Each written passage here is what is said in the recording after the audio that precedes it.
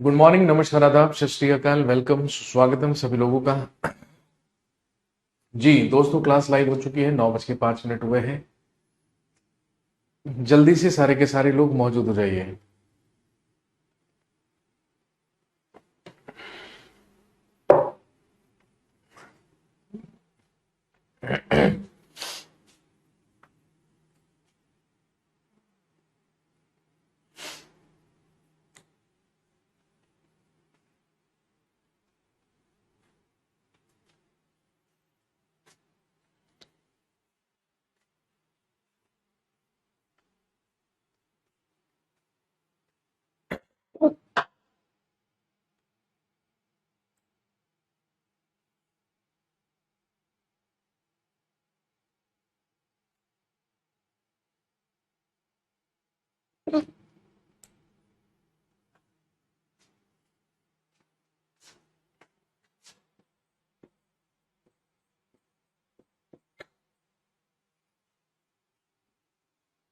आइए जी।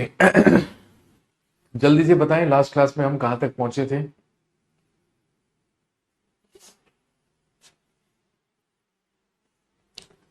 लास्ट हमने governor, governor generals और वाइस रॉयस के बारे में बात की थी और मैंने आपसे कहा था कि जब अगली क्लास में हमारी मुलाकात होगी तो हम बात करेंगे इंडियन नेशनल मूवमेंट के बारे में। चलिए हेडिंग डाल लीजिए।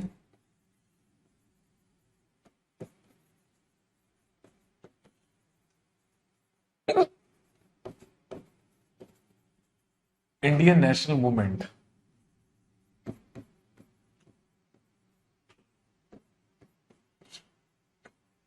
भारतीय राष्ट्रीय आंदोलन।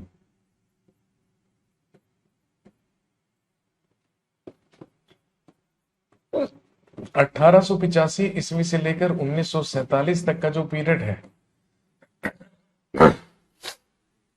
यानी कि कांग्रेस की यानी कि कांग्रेस की स्थापना से लेकर भारत की आजादी तक का जो पीरियड है, इसी को हम इंडियन नेशनल मूवमेंट या भारतीय राष्ट्रीय आंदोलन आंदोलन के नाम से जानते हैं। विभिन्न फेजेस या विभिन्न चरणों में इस पीरियड को हमें पढ़ना है और ये कहलाता है इंडियन नेशनल मूवमेंट या भारतीय राष्ट्रीय आंदोलन, जिसमें सबसे पहला फेज, फर्स्ट फेज या प्रथम चरण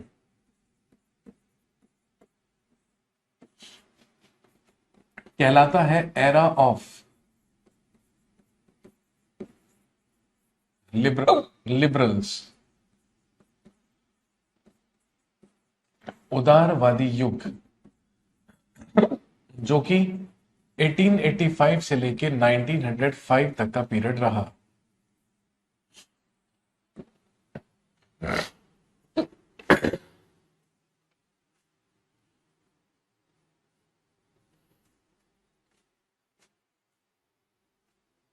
जब 1885 ईस्वी में कांग्रेस की स्थापना हुई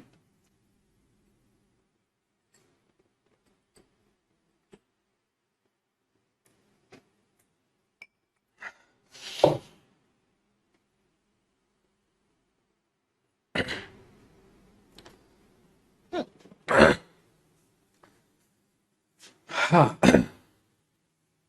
जब 1885 ईस्वी में कांग्रेस की स्थापना हुई तो कांग्रेस की स्थापना के बाद की जो शुरुआती 20 साल रहे, उसमें कांग्रेस के उन सदस्यों का बोलबाला रहा, उन सदस्यों की वर्चस्वता रही जिन्हें लिबरल्स कहा जाता था, जिन्हें उदारवादी कहा जाता था। कौन थे ये लिबरल लोग? ये मिडिल क्लास फैमिली से बिलोंग करने वाले वो लोग थे जो अलग अलग प्रोफेशन से बिलोंग करते थे। कोई डॉक्टर था, कोई इंजीनियर था, कोई वकील था, कोई शिक्षक था, कोई साहित्यकार था। इन्हीं सब लोगों से मिलकर क्या बनी थी? कांग्रेस बनी थी। और ध्यान रखेंगे, शुरुआती जो कांग्रेस थी उसमें जितने भी सदस्य थे वो एक विचारधारा पर काम किया करते थे, जिनकी जो विचारधारा थी वो नरमपंथी हुआ करते थे, वो नरमपंथी विचारधारा के लोग हुआ करते थे। इन लोगों का ऐसा मानना था कि अगर आजादी प्राप्त करनी है, अगर स्वशासन प्राप्त करना है, तो अंग्रेजों का सहयोग करना होगा। ये वो लोग थे जो अंग्रेजों के शासन करने और न्याय करने के तरीके पर बिलीव किया करते थे, जिनका ऐसा मानना था कि अंग्रेजों के विरोध करके, अंग्रेजों के खिलाफ जाकर उनसे लड़ाई कर कर तो हम आजादी प्राप्त नहीं कर सकते हैं, क्योंकि हम ऑलरेडी करके देख चुके 1857 की क्रांति में। अंग्रेजों को शक्ति से तो नहीं हराया जा सकता, लेकिन अंग्रेजों का सहयोग करके अपनी मांगों को, अपने डिमांड्स को जरूर पूरा करवाया जा सकता है। इन्हीं लोगों को क्या कहा गया? लिबरल्स कहा गया। इन्हीं लोगों को उदारवादी कहा गया। इसीलिए 1885 से लेकर 1905 तक का जो कांग्रेस का समय रहा, कांग्रेस का टाइम रहा, उसे एरा ऑफ लिबरल्स कहा जाता है। जिसमें क्या क्या काम हुए? सबसे पहला 1885 में फाउंडेशन ऑफ कांग्रेस, कांग्रेस की स्थापना। कांग्रेस की स्थापना के बारे में हमने कल ही बात कर ली थी। 28 दिसंबर सन 1885 ईस्वी में एक retired British officer A.O. Hume, Allan Octavian Hume के ही द्वारा कांग्रेस की स्थापना की गई थी। और जब कांग्रेस का सबसे पहला अधिवेशन बंबई में संपन्न हुआ, जिसमें 72 सदस्यों ने पार्टिसिपेट किया, तो कांग्रेस ने ब्रिटिश सरकार के सामने 9 प्रस्ताव रखे, 9 प्रपोजल्स रखे और कहा कि ये हमारी 9 मांगे हैं, ये हमारे 9 प्रपोजल्स हैं, प्रस्ताव हैं, जिन पर आपको अमल करना चाहिए, जिनको आपको स्वीकार करना चाहिए। और जब वो प्रपोजल्स ब्रिटिश सरकार के सामने रखे गए थे, तो आप जानते हैं उसी में से कुछ मांगों को स्वीकार करते हुए 1891 में इंडियन काउंसिल एक्ट पारित करके अंग्रेजों के द्वारा भेजा गया था। 1891 का भारतीय परिषद अधिनियम,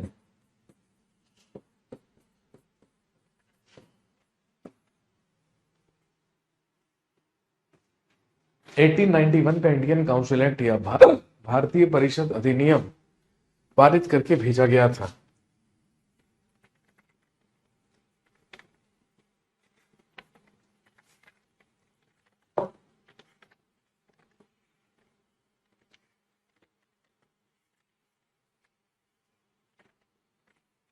और ध्यान रखेंगे, जब 1892 और ध्यान रखेंगे जब 1892 का इंडियन काउंसिल एक्ट या भारतीय परिषद अधिनियम आया, तो इसके तहत भारतीयों को 2 राहतें ब्रिटिश सरकार के द्वारा प्रदान की गई। सबसे पहला, इसी अधिनियम के तहत for the first time in India, Bharat में प्रथम बार indirect election process was adopted, Bharat में अप्रत्यक्ष निर्वाचन प्रणाली को अपनाया गया।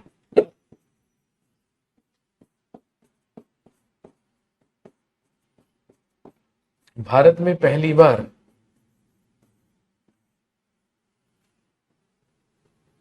अप्रत्यक्ष निर्वाचन प्रणाली को अपनाया गया। और दूसरा महत्वपूर्ण काम, for the first time Indians got the right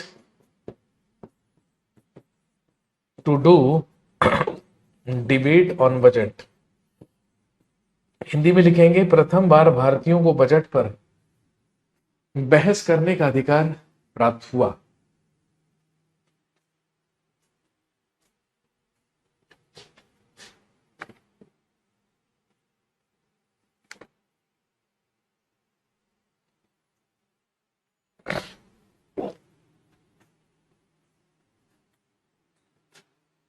मध्यम वर्गीय बुद्धिजीवी लोग, मिडिल क्लास एजुकेटेड लोग ही इनिशियली कांग्रेस के मेंबर्स हुआ करते थे, जिसमें कुछ प्रसिद्ध सदस्य कौन कौन थे? सबसे पहला नाम याद रखेंगे दादा भाई नेहरू जी का। सबसे पहला नाम दादा भाई नेहरू जी,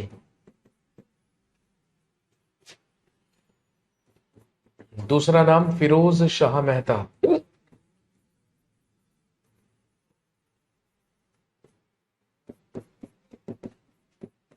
तीसरा नाम बदरुद्दीन तैयब जी, बदरुद्दीन तैयब जी,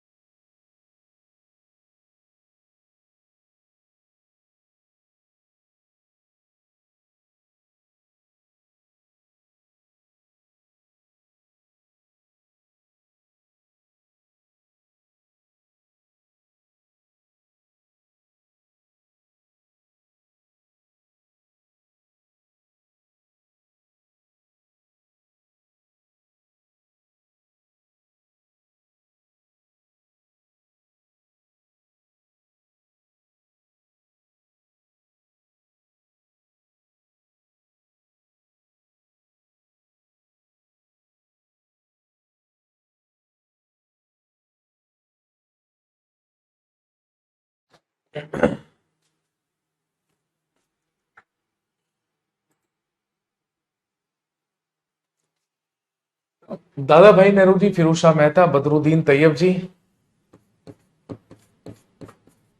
डब्ल्यू सी बनर्जी, गोपाल कृष्ण गोखले,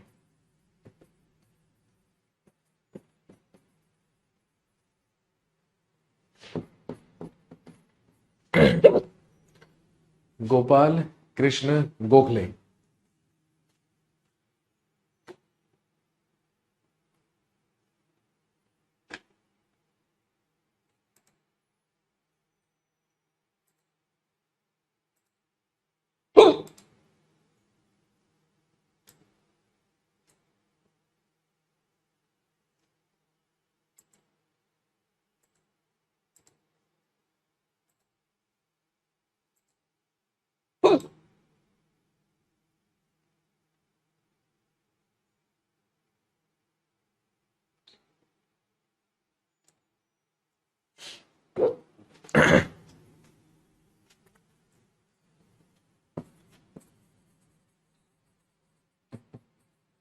सुरेंद्र नाथ बनर्जी,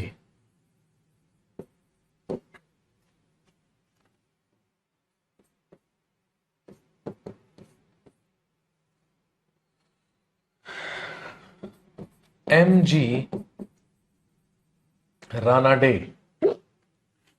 ये सारे के सारे वो प्रोमिनेंट लीडर्स थे जो कांग्रेस में शुरुआती सदस्य हुआ करते थे, जिन्हें हम कहते हैं लिबरल्स, जिन्हें हम कहते हैं उदारवादी। लेकिन आप जानते होंगे, जब भारत का वायसराय लॉर्ड कर्जन बनकर आया तो 1905 में उसने बंगाल का विभाजन कर दिया। और जब बंगाल का विभाजन किया तो बंगाल के विभाजन से ही राष्ट्रीय आंदोलन की जो बागडोर थी वो अब नरम पंथियों के हाथों में नहीं बल्कि चरम पंथियों के हाथों में, बल्कि उग्र राष्ट्रवादियों के हाथों में आ गई। इसीलिए उस फेज को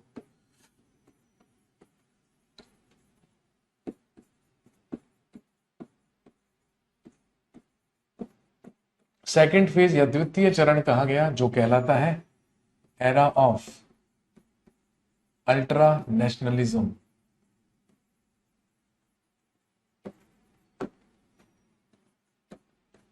उग्र राष्ट्रवाद का युग।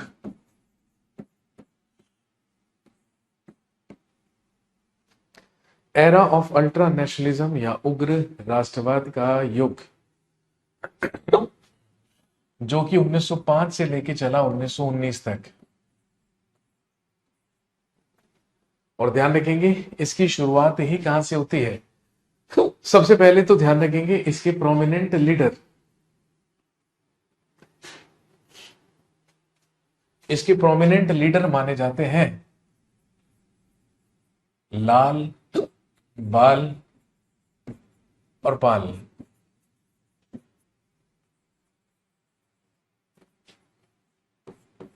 लाला लाजपत राय,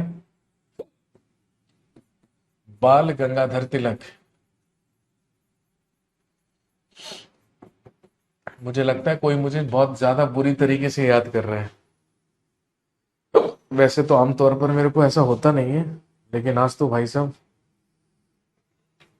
कोई ज्यादा ही स्ट्रांगली याद कर रहा है लग रहा है।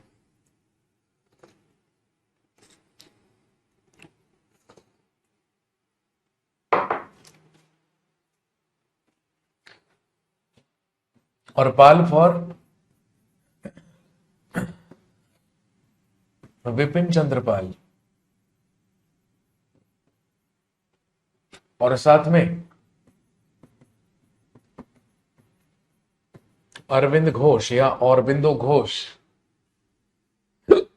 ये प्रोमिनेंट लीडर्स थे जो कि अल्ट्रा नेशनलिस्ट या उग्र राष्ट्रवादी कहलाते थे। और ध्यान रखेंगे इस सेकंड फेज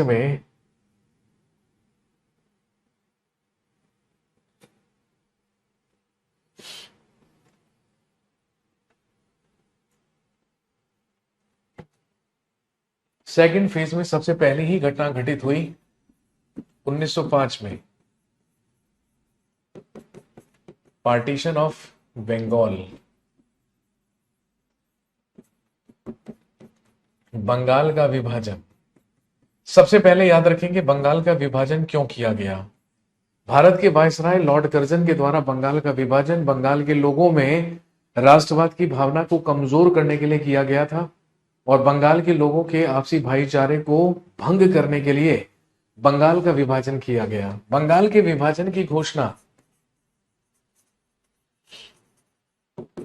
20 जुलाई सन 1905 को भारत के वायसराय लॉर्ड कर्जन के द्वारा की गई, और ध्यान रखेंगे जिसको लागू कर दिया गया, जिसको अप्लाई कर दिया गया 16 अक्टूबर सन 1905 से।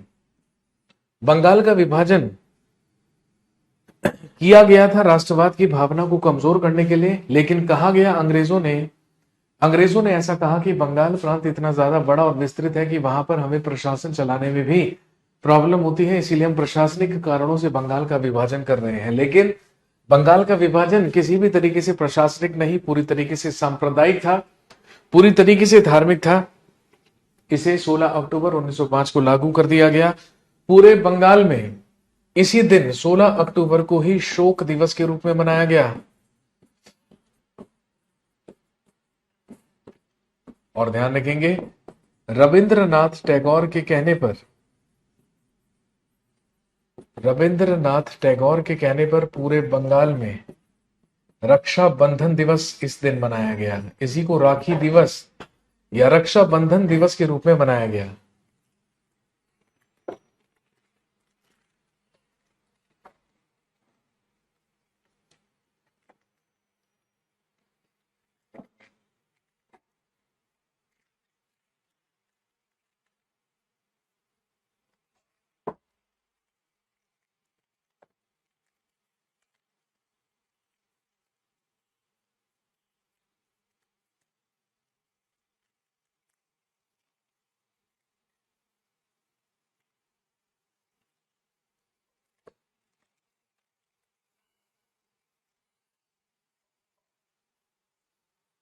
इसी दिन रविन्द्रनाथ टैगोर के कहने पर रक्षाबंधन दिवस मनाया गया। बंगाल के लोगों ने एक दूसरे की कलाइयों पर राखी बांधकर भाईचारे का संदेश दिया। और ध्यान रखेंगे रविन्द्रनाथ टैगोर के द्वारा ही लिखा गया प्रसिद्ध गीत अमार सोनार बांग्ला, जो कि आज बांग्लादेश का क्या है, नेशनल एंथम, राष्ट्रगान।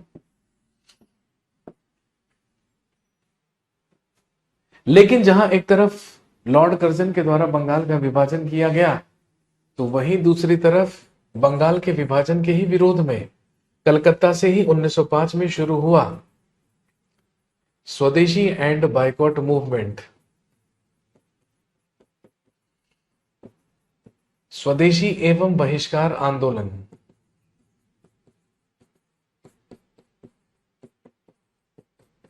स्वदेशी एवं बहिष्कार आंदोलन। जब 20 जुलाई 1905 को लॉर्ड कर्जन के द्वारा बंगाल के विभाजन की घोषणा की गई, तो उसी के विरोध में 7 अगस्त 1905 को कलकत्ता के टाउन हॉल से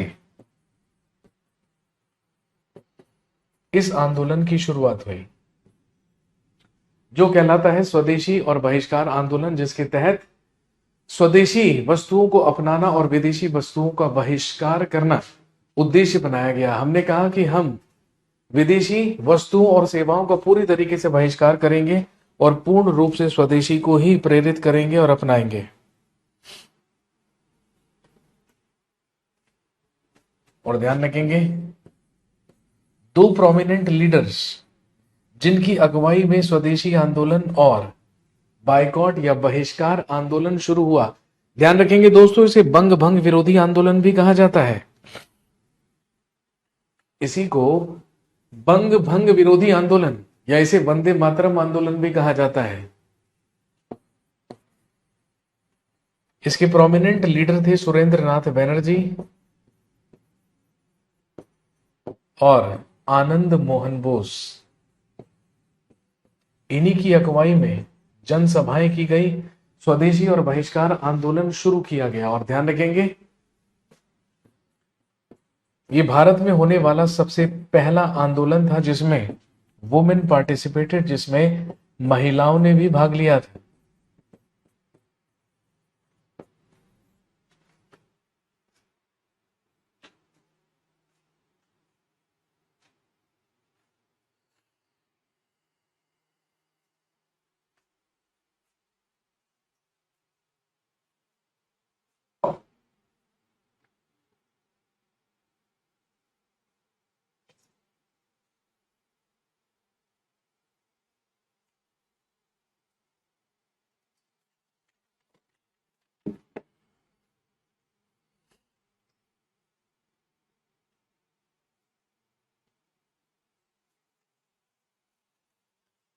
देखते ही देखते स्वदेशी और बहिष्कार आंदोलन केवल और केवल बंगाल तक ही सीमित नहीं रहा, ये पूरे के पूरे देश में फैल गया। इसे सबसे ज्यादा पॉपुलर बनाने का काम पंजाब में अजीत सिंह और लाला लाजपत राय ने किया। आपसे कोई भी स्थान देकर पूछ लेंगे कि यहां से इस आंदोलन की अगुवाई कौन कर रहा था। उत्तर प्रदेश की बात करें तो स्वामी श्रद्धानंद,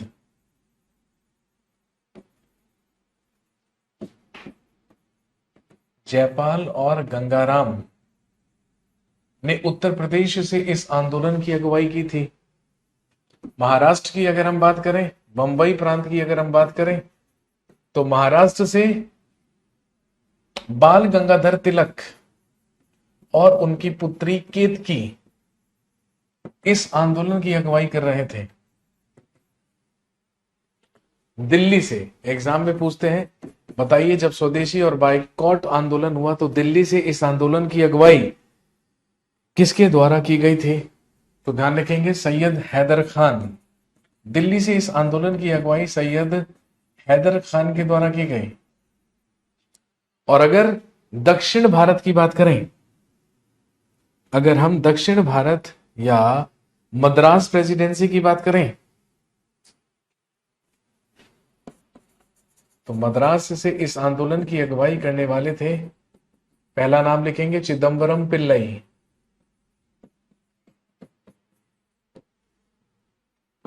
एस सुब्रमण्यम,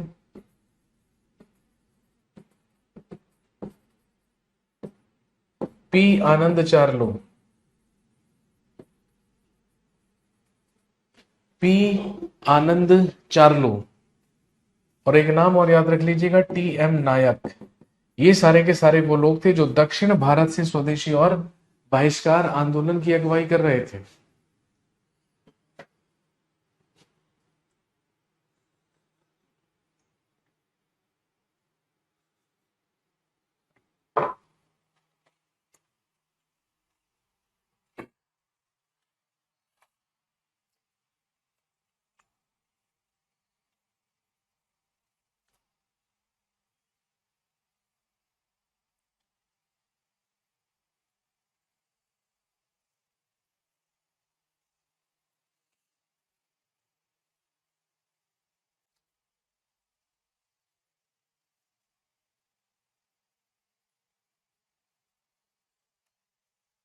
इसी के बाद 1905 में ही हुआ कांग्रेस का बनारस अधिवेशन,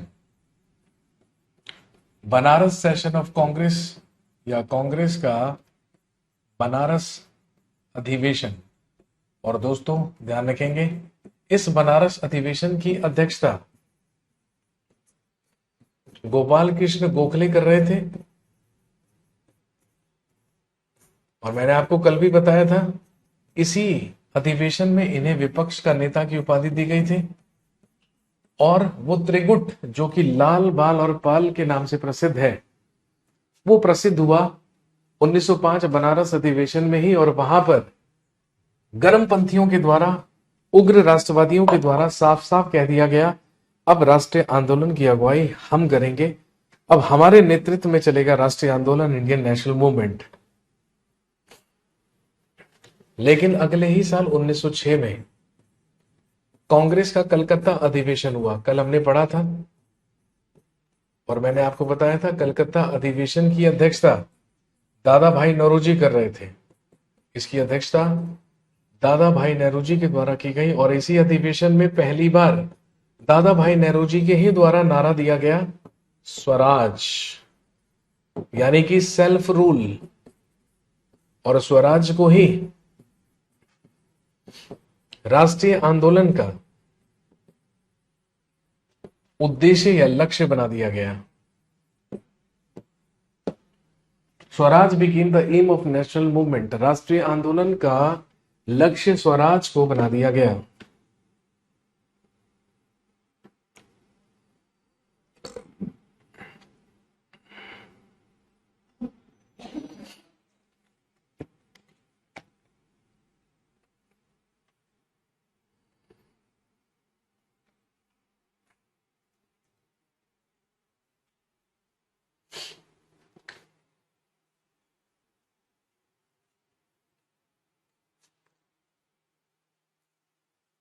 लेकिन अगले ही साल 1907 में जब कांग्रेस का सूरत सेशन हुआ, सूरत अधिवेशन हुआ,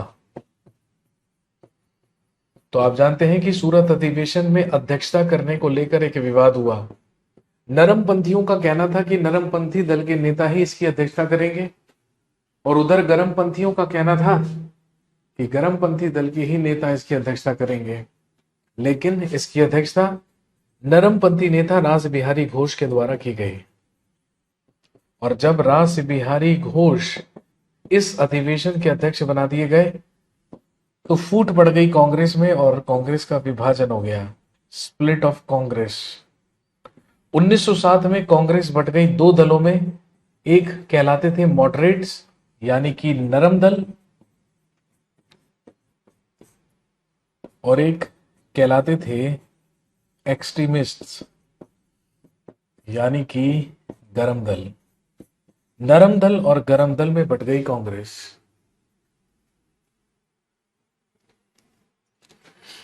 नोट कीजिए,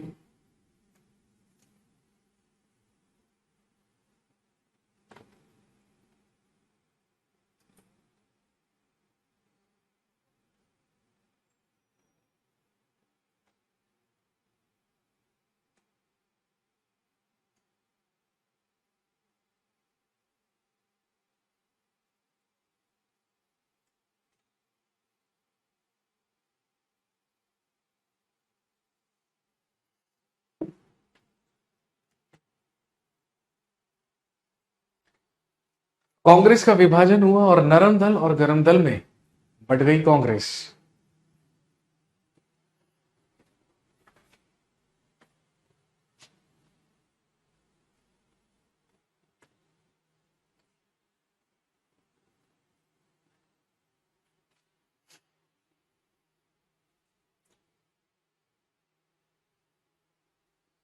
जहां एक तरफ कांग्रेस में फूट पड़ी और कांग्रेस नरम दल और गरम दल में बट गई, वहीं दूसरी तरफ 1906 में ही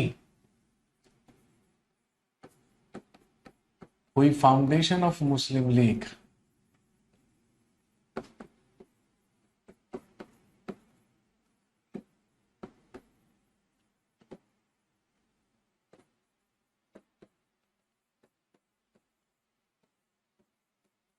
मुस्लिम लीग की स्थापना।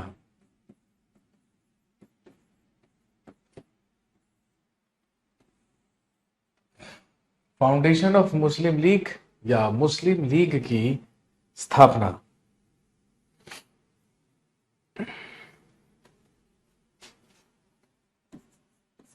30 दिसंबर 1906 मुस्लिम लीग की स्थापना हुई ढाका में। और आप जानते होंगे the founder of Muslim league was Dhaka के ही नवाब, जो कहलाते हैं नवाब सलीमुल्लाह खान। नवाब सलीमुल्लाह खान के द्वारा मुस्लिम लीग की स्थापना ढाका में 30 दिसंबर 1906 को की गई।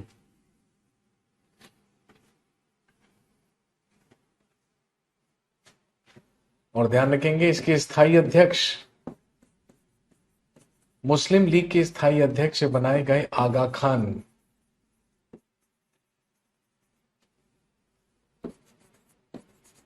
और हेडक्वार्टर, मुख्यालय मुस्लिम लीग का स्थापित किया गया लखनऊ में। मुस्लिम लीग का मुख्यालय लखनऊ में हुआ करता था।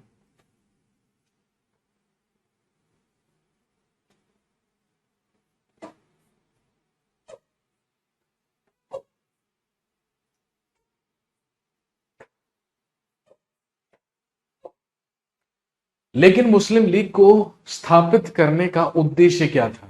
भाई, जहां एक तरफ 1905 में बंगाल का विभाजन करके अंग्रेजों ने बंगाल के लोगों में राष्ट्रवाद की भावना को कमजोर करने की कोशिश की थी, हिंदू और मुसलमानों के बीच में फूट डलवाने की कोशिश की थी, तो कहीं ना कहीं अंग्रेज उसमें सफल हुए थे। मुस्लिम लीग का उद्देश्य था अंग्रेजों के प्रति अपनी घनिष्ठता को बढ़ाना। सबसे पहला उद्देश्य, मुसलमानों को यह बड़ी गलतफहमी हो गई थी कि अंग्रेज उनके हितैषी हैं, अंग्रेज उनके हितों की बात कर रहे हैं। हालांकि अंग्रेज तो केवल और केवल अपना राजनीतिक उल्लू सीधा कर रहे थे। उनका काम तो हिंदू और मुसलमानों के बीच में फूट डलवाना था। लेकिन मुसलमानों को लगता था कि अंग्रेज हमारे हितैषी हैं, हमारे हित की बात करते हैं। इसीलिए अंग्रेजों के साथ अपने संबंधों को घनिष्ठ करना और बेहतर बनाने के उद्देश्य से कांग्रेस की स्थापना की गई। दूसरा उद्देश्य, भारतीय मुसलमानों के राजनीतिक अधिकारों का संरक्षण करने के लिए मुस्लिम लीग की स्थापना की गई। और तीसरा उद्देश्य, भारत के मुसलमानों में कांग्रेस के प्रति घृणा पैदा करने के लिए, उत्पन्न करने के लिए मुस्लिम लीग की स्थापना नवाब सलीमुल्लाह खान के द्वारा 1906 में की गई। एक तरफ 1906 में मुस्लिम लीग की स्थापना हो चुकी थी, दूसरी तरफ अगले ही साल 1907 में सूरत अधिवेशन में कांग्रेस का विभाजन हो चुका था। इसके बाद क्या हुआ? मुस्लिम लीग ने अपने लिए पृथक निर्वाचन मंडल या अलग इलेक्टोरेट की मांग करनी शुरू कर दी। और ध्यान रखेंगे, डिवाइड एंड रूल पॉलिसी का इस्तेमाल करते हुए 1909 में एक अधिनियम पारित करके भेजा गया जो कहलाता है Morley Minto reform act.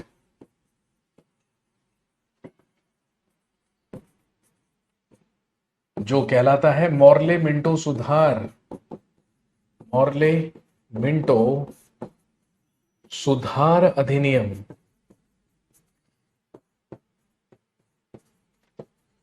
Morley Minto reform act या मॉर्ले मिंटो सुधार अधिनियम, जिसके तहत लिखेंगे Muslims of India got a separate electorate. लिखेंगे भारतीय मुसलमानों को पृथक निर्वाचन मंडल दे दिया गया। भारतीय मुसलमानों को अलग या पृथक निर्वाचन मंडल दे दिया गया।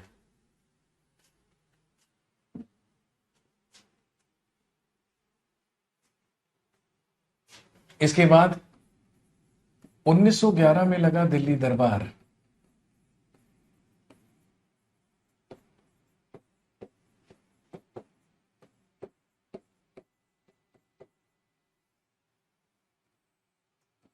उन्नीस सौ 11 में लगा दिल्ली दरबार। 1911 में 1911 में ब्रिटेन का महाराज, British king George fifth arrived India या जॉर्ज पंचम का भारत में आगमन हुआ। जॉर्ज पंचम, ब्रिटेन का महाराज जॉर्ज पंचम अपनी पत्नी क्वीन मैरी के साथ भारतीय राजकीय यात्रा पर आया। और जब भारत की राजकीय यात्रा पर आया तो ध्यान रखेंगे, दिल्ली में ही दिल्ली दरबार लगाकर इसकी ताजपोशी की गई, इसका कोरोनेशन किया गया। और दिल्ली दरबार से ही दो ऐतिहासिक घोषणाएं की गई। जो किसने की? भारत के वायसराय ने। सबसे पहली घोषणा लिखेंगे, cancellation of partition of Bengal.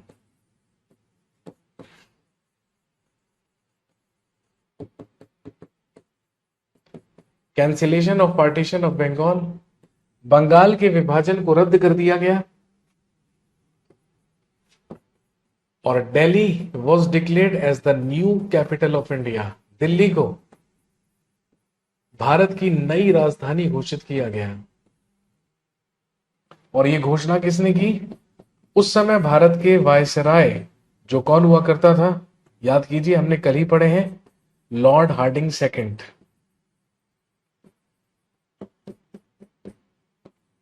Lord Hardinge second. और इसी के अगले साल 1912 में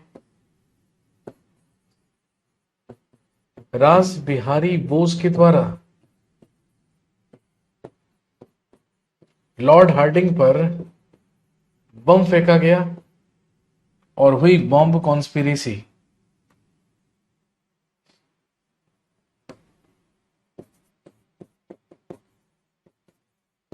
बम कांड, जिसे हार्डिंग बम कांड कहते हैं, जिसके अभियुक्त थे रास बिहारी बोस। अगर आपसे पूछे कि बताइए दिल्ली भारत की राजधानी कब से है, घोषणा 1911 में हुई थी, लेकिन 1 अप्रैल 1912 से दिल्ली है भारत की राजधानी। नोट कीजिए फटाफट, 1 मिनट में आता हूं मैं, अभी बस कंटिन्यू करता हूं, नोट करें जरा जल्दी से।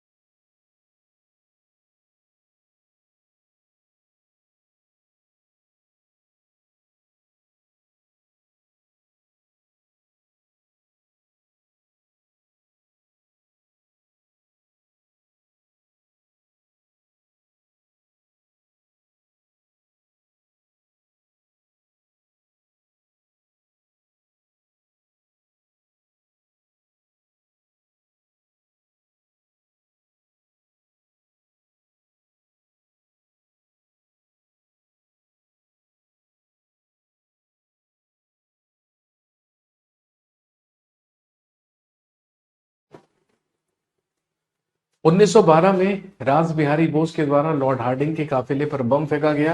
हालांकि वो मरा नहीं, बच गया था, लेकिन महत्वपूर्ण घटना थी। इसके बाद 1914 से लेके 1918 तक चला first world war,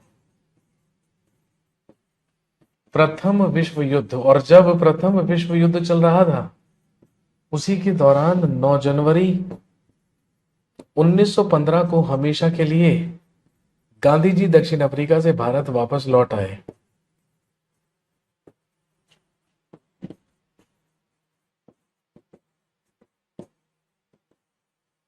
Gandhi ji हमेशा के लिए दक्षिण अफ्रीका से भारत वापस लौटे।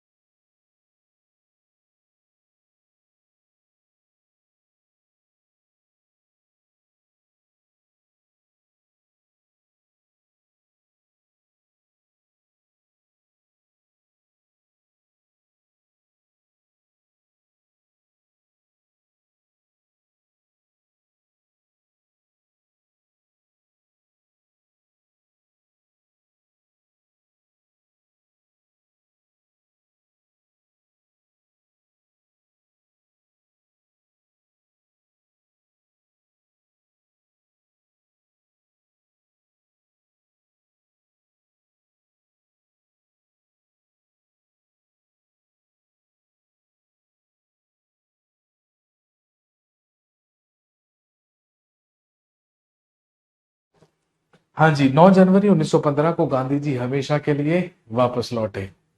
लेकिन इसी के अगले साल 1916 में हुआ लखनऊ पैक्ट।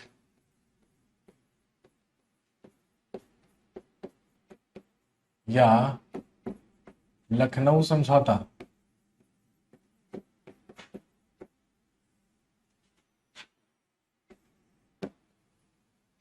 उन्नीस सौ सोलह में हुआ लखनऊ पैक्ट या लखनऊ समझौता। क्या था लखनऊ समझौता? कांग्रेस और मुस्लिम लीग दोनों के अधिवेशन एक साथ 1916 में लखनऊ में हुए। ये कहलाता है लखनऊ सेशन, ये कहलाता है लखनऊ अधिवेशन। इसमें मुस्लिम लीग और कांग्रेस के अधिवेशन एक साथ हो रहे थे। कांग्रेस की अध्यक्षता कर रहे थे अंबिका चरण मजूमदार।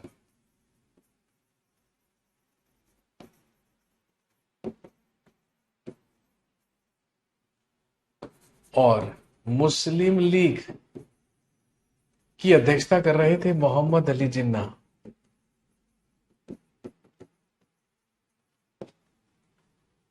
और ध्यान रखेंगे, इसी ऐतिहासिक लखनऊ अधिवेशन में, लखनऊ सेशन में सबसे पहला काम कांग्रेस और मुस्लिम लीग के बीच समझौता हुआ और डिसाइड किया गया कि अब कांग्रेस और मुस्लिम लीग मिलकर एक साथ राष्ट्रीय आंदोलन की अगुवाई करेंगे। आप सोच रहे होंगे कि यार ये लोग तो अंग्रेजों को अपना खिदमतगार समझते थे, ये तो अंग्रेजों के साथ अपनी नजदीकियां बढ़ा रहे थे। ऐसा क्या हुआ कि अब अंग्रेजों से घृणा हो गई, अब फिर से कांग्रेस से घनिष्ठता बढ़ने लगी? ऐसा इसलिए हुआ क्योंकि जब फर्स्ट वर्ल्ड वॉर हुआ तो ब्रिटेन और तुर्की एक दूसरे के खिलाफ थे, एक दूसरे के अगेंस्ट थे, आमने सामने थे। और जो तुर्की में उस समय ऑटोमन एम्पायर चला करता था, उस्मानी साम्राज्य चला करता था, उसी का शासक, उसी का सुल्तान इस्लाम जगत का खलीफा हुआ करता था, या धार्मिक सबसे बड़ा धर्मगुरु हुआ करता था। कहीं ना कहीं भारतीय मुसलमानों की भी धार्मिक आस्थाएं जुड़ी थी खलीफा से। इसीलिए जब अंग्रेजों ने फर्स्ट वर्ल्ड वॉर में भारतीयों का साथ मांगा तो उसमें मुसलमान आनाकानी करने लगे, क्योंकि भाई धार्मिक आस्थाएं जुड़ी थी। ब्रिटेन ने कहा कि आप निश्चिंत होकर हमारी मदद कीजिए, हम वादा करते हैं कि हम तुर्की के खिलाफ कोई कार्रवाई नहीं करेंगे, हम तुर्की पर अटैक नहीं करेंगे। इसी बात का भरोसा करके मुसलमानों ने भी फर्स्ट वर्ल्ड वॉर में ब्रिटेन का साथ दिया। लेकिन अंग्रेज किसी के सगे नहीं, अंग्रेजों ने तुर्की पर आक्रमण करके उसे छिन्न भिन्न कर दिया। और जब ऐसा हुआ तो भारतीय मुसलमानों के भावनाओं को बड़ी ठेस पहुंची। उन्होंने कहा कि हमने तो धार्मिक आस्थाएं जुड़ी हैं तुर्की से, इस वजह से हमने आनाकानी की थी, हमने मना किया था, लेकिन अंग्रेजों ने हमारे ही साथ धोखा किया। अंग्रेज किसी के सगे नहीं है, इसलिए अब हम कांग्रेस के साथ मिलकर अगुवाई करेंगे राष्ट्रीय आंदोलन की। इसलिए कांग्रेस और मुस्लिम लीग के बीच में समझौता हुआ। और दूसरा, कांग्रेस के दोनों दल एक हो गए, नरम दल और गरम दल का मिलन इसी अधिवेशन के दौरान हुआ। नरम दल और गरम दल का मिलन।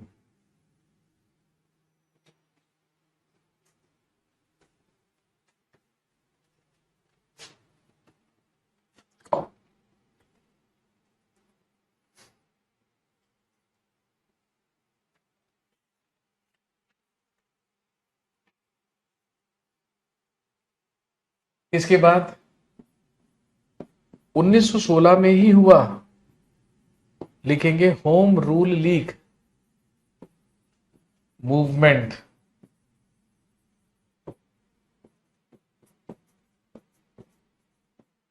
होम रूल लीग आंदोलन, जिसका उद्देश्य था सेल्फ रूल या स्वराज प्राप्त करना। सबसे पहले अप्रैल 1916 को बाल गंगाधर तिलक के द्वारा होम रूल लीग की स्थापना की गई।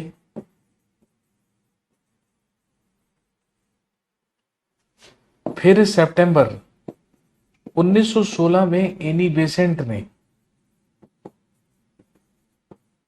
All India home rule league की स्थापना की?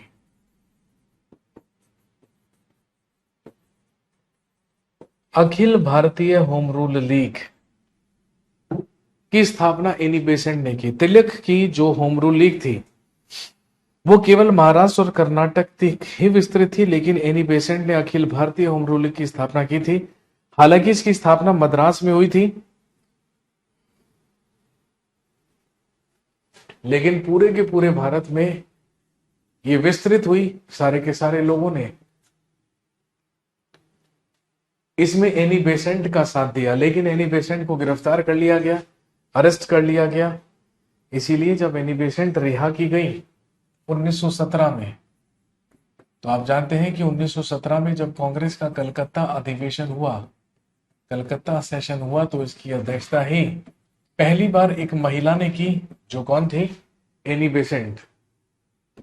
पहली बार एनी बेसेंट के द्वारा इसकी अध्यक्षता की गई, इसीलिए एनी बेसेंट बनी कांग्रेस की प्रथम महिला अध्यक्ष। ब्रेक ले लेते हैं, ठीक है? 10 मिनट का ब्रेक रखते हैं। ब्रेक लीजिए 10 मिनट, उसके बाद कहानी को कंटिन्यू करेंगे यहीं से। कहीं भी जाइएगा मत, यहीं पे रहेंगे। 10 मिनट में लौटते हैं। Thank you very much.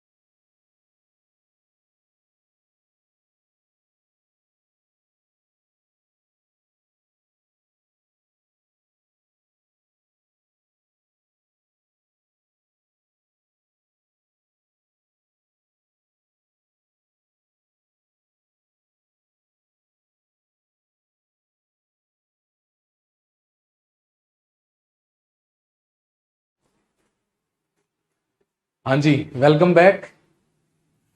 आइए जी, सारे के सारे लोग वापस लौट आइए। 10 मिनट का ब्रेक हो गया, आगे बढ़ते हैं। क्लास कंटिन्यू चलेगी। इंडियन नेशनल मूवमेंट आज फिनिश करेंगे, आपका सिलेबस भी आज फिनिश करेंगे। हाँ, आपसे कमिटमेंट की गई थी 31 तारीख तक आपका सिलेबस कंप्लीट हो जाएगा। तो आज कल 30 तारीख है, परसों 31 है। कल और परसों रक्षाबंधन का त्योहार है। यही कारण है कि कल भी क्लास डबल रखी गई थी और आज भी क्लास लंबी रखी गई है, ताकि हम लोग इस महीने में ही सिलेबस को कंप्लीट कर दें, अगले महीने के लिए कुछ ना छोड़ें। तो हम भी कॉन्फिडेंटली छुट्टी पर जाएंगे, हम भी कॉन्फिडेंटली राखी मना पाएंगे। आपको ये नहीं रहेगा कि बताइए कोर्स पूरा नहीं करवाए हैं। 1917 में कलकत्ता अधिवेशन हुआ, जिसकी अध्यक्षता एनी बेसेंट ने की और एनी बेसेंट ही बनी कांग्रेस की प्रथम महिला अध्यक्ष।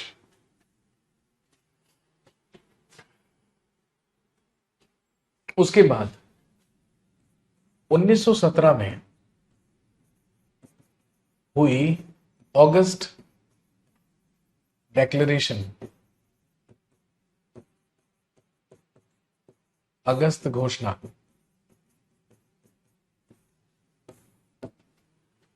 1917 में हुई अगस्त डेक्लेरेशन या अगस्त घोषणा।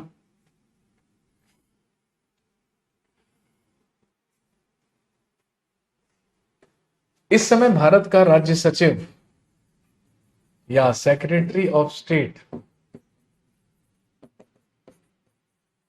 लॉर्ड मॉन्टेग्यू हुआ करता था।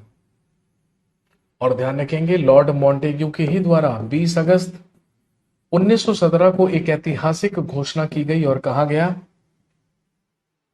कि फर्स्ट वर्ल्ड वॉर समाप्त होने के बाद हम भारतीयों को भारतीय प्रशासन में भागीदारी देंगे, भारतीयों को स्वशासन सुनिश्चित करेंगे। और कहा गया कि फर्स्ट वर्ल्ड वॉर के बाद भारत में एक उत्तरदायी सरकार,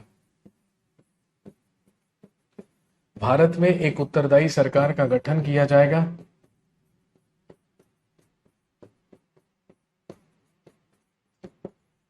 जो कि निर्वाचित सदस्यों के द्वारा होगा, जो कि निर्वाचित सदस्यों द्वारा होगा।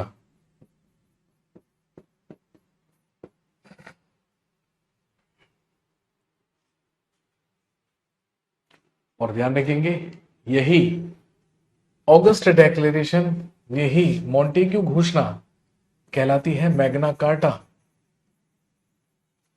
ऑफ इंडिया, भारत का मैग्ना कार्टा। कहने का मतलब, हम अंग्रेजों से उम्मीद कर रहे थे कि भाई फर्स्ट वर्ल्ड वॉर के बाद अब हमें कुछ अधिकार मिलेंगे जिनका हमें लंबे समय से इंतजार था, लेकिन अंग्रेज इतनी आसानी से हमें ये राजनीतिक अधिकार कहां देने वाले थे।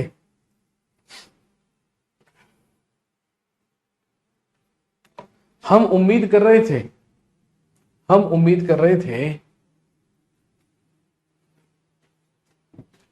भारतीयों को भारतीय प्रशासन में भागीदारी मिलेगी, लेकिन 1919 में हमारी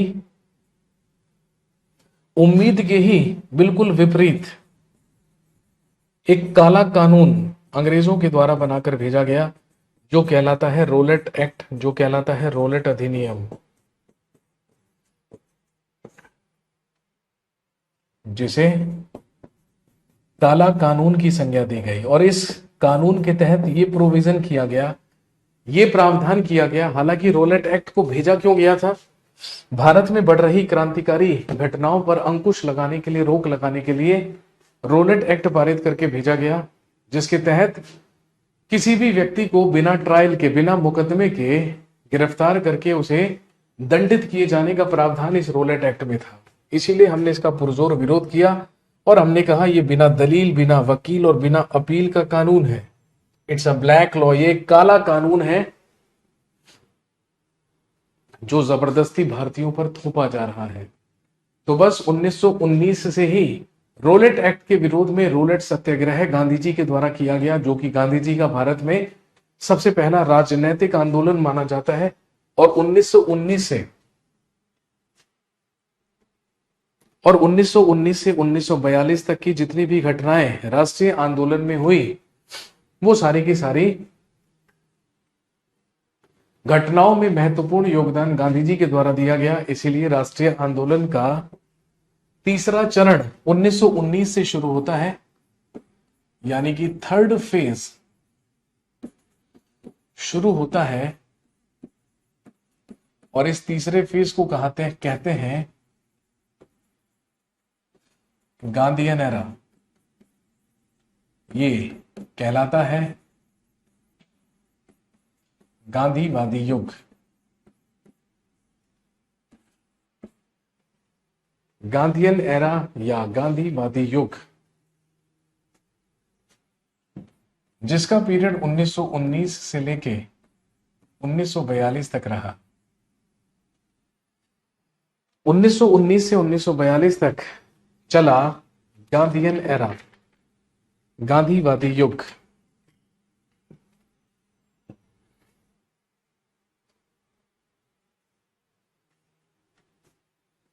अभी थोड़ी देर पहले मैंने आपको बताया था कि Gandhi ji first world war के दौरान दक्षिण अफ्रीका से भारत वापस लौटे थे 9 जनवरी 1915 को। Gandhi ji returned from south Africa. 9 जनवरी 1915 को गांधी जी दक्षिण अफ्रीका से भारत वापस लौटे और जब लखनऊ पैक्ट हुआ, जब लखनऊ सेशन हुआ, तो उसमें गांधी जी ने भी पार्टिसिपेट किया। और वहीं पर बिहार के चंपारण से एक किसान नेता राजकुमार शुक्ल गांधी जी को चंपारण आने के लिए आमंत्रित करके गया। और भारत में गांधी जी का सबसे पहला आंदोलन, भारत में गांधी जी का सबसे पहला आंदोलन माना जाता है चंपारण सत्याग्रह, जो कि कब हुआ? 1917 में।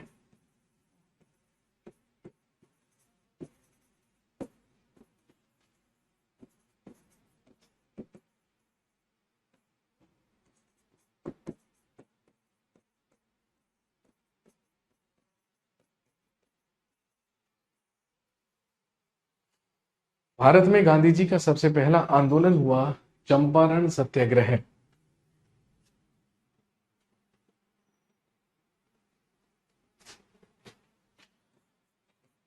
ध्यान रखेंगे, ये तिनकठिया प्रथा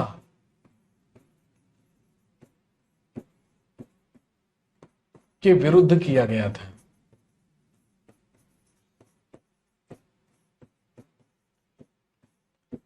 अब ये तिनकठिया प्रथा क्या है? आप जानते होंगे, बिहार के किसानों के साथ अंग्रेजों ने एक ऐसा करार किया हुआ था, एक ऐसा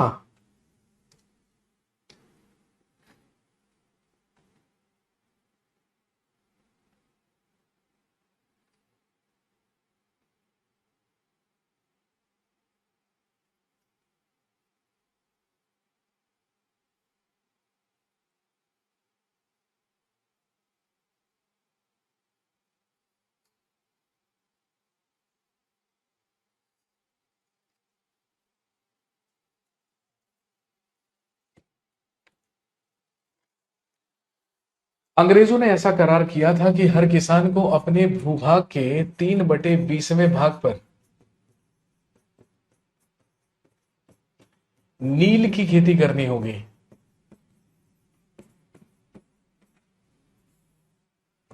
और बिहार के किसान अपने भूमि के 3/20वें भाग पर नील की खेती किया भी करते थे। लेकिन 19th सेंचुरी समाप्त होते होते यूरोप में सिंथेटिक नील का आविष्कार हो गया और भारतीय नील की जो मांग थी, जो डिमांड थी, वो लगभग समाप्त हो गई। और क्योंकि लगभग समाप्त हो गई,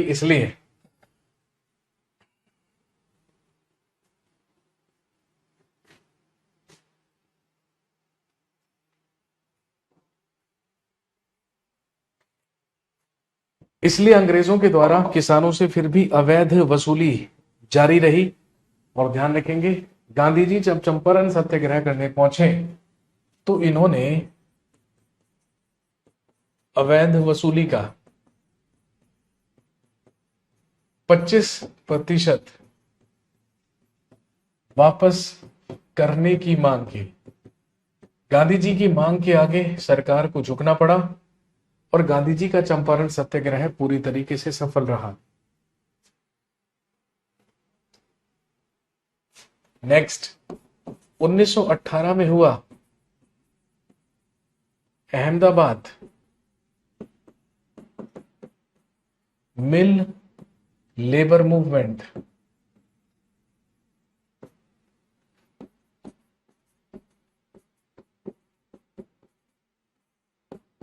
अहमदाबाद मिल मजदूर आंदोलन। अहमदाबाद मिल लेबर मूवमेंट या अहमदाबाद मिल मजदूर आंदोलन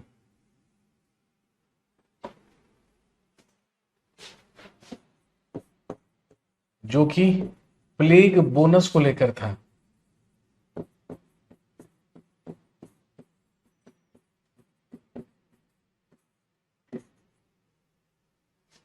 अहमदाबाद मिल के मजदूरों ने मालिकों से या मिल अधिकारियों से 35% बोनस दिए जाने की मांग की थी। गांधी जी ने इसका समर्थन भी किया। और ध्यान रखेंगे 35% प्लेग बोनस की मांग की। यही वो सबसे पहला आंदोलन था गांधी जी का जिसमें गांधी जी ने प्रथम बार भूख हड़ताल की थी। इसी आंदोलन में गांधी जी के द्वारा प्रथम बार भूख हड़ताल की गई थी।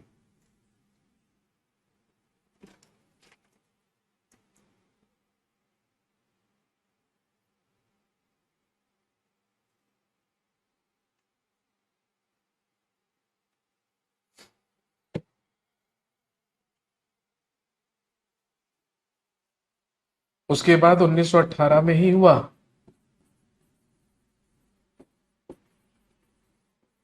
खेड़ा सत्याग्रह है।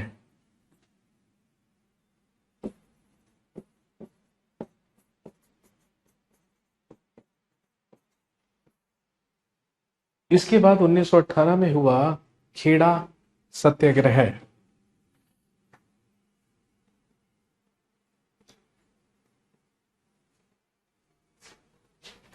ये कहलाता है गांधी जी का प्रथम वास्तविक किसान सत्याग्रह है।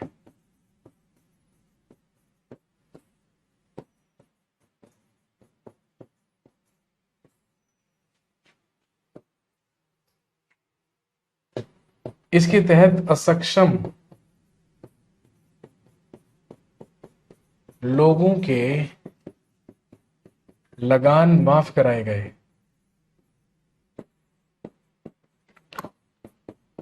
सरकार के द्वारा फसल नष्ट हो जाने के बाद भी खेड़ा के किसानों पर लगान लगा दिए गए थे और लगान देने से गांधी जी ने मना किया। तो बाद में यह डिसाइड हुआ कि जो केवल लगान देने में सक्षम है केवल उन्हीं से लगान वसूल किया जाएगा, बाकी असक्षम लोगों के लगान माफ कर दिए जाएंगे।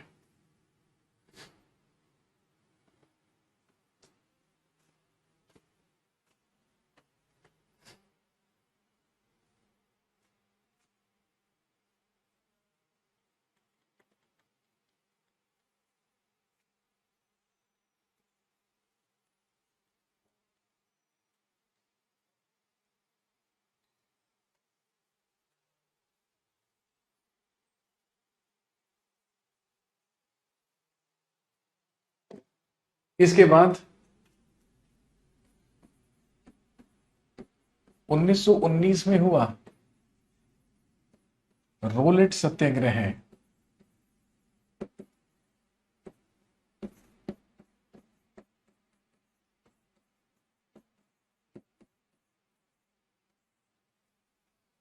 1919 में हुआ रोलेट सत्याग्रह।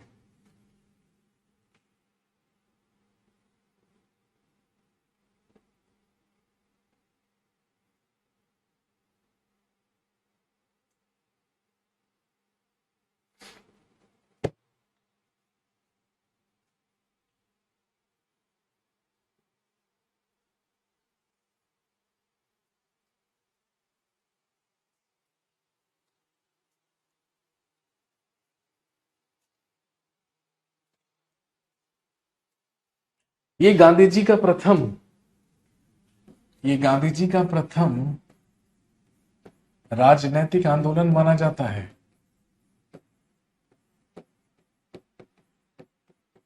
इसी आंदोलन के दौरान गांधी जी प्रथम बार गिरफ्तार हुए।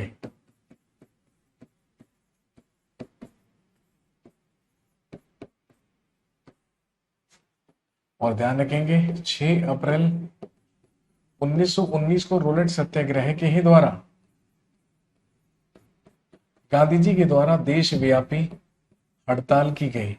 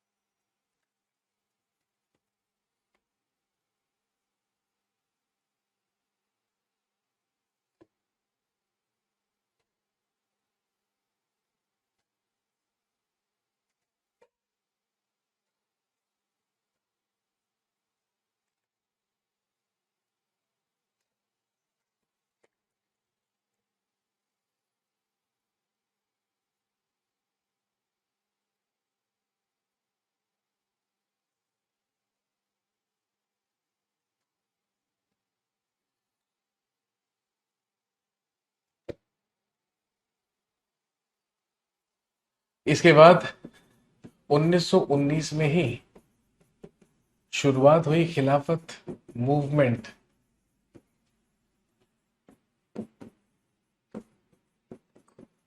या खिलाफत आंदोलन की। दो प्रोमिनेंट लीडर्स की अगुवाई में खिलाफत आंदोलन शुरू हुआ, जो कौन कौन थे? मौलाना मोहम्मद अली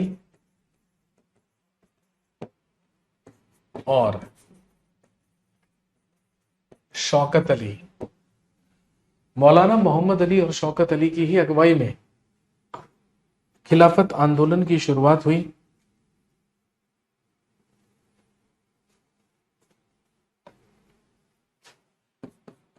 इसी के तहत नवंबर 1919 में ऑल इंडिया खिलाफत कॉन्फ्रेंस या अखिल भारतीय खिलाफत सम्मेलन का आयोजन किया गया दिल्ली में। और ध्यान रखेंगे इसका अध्यक्ष ही किसको बनाया गया? गांधी जी को। खिलाफत आंदोलन में गांधी जी ने मुसलमानों का पूर्ण रूप से सहयोग किया था, क्योंकि गांधी जी भी तो अपने असहयोग आंदोलन में मुसलमानों का पूरा सहयोग चाहते थे।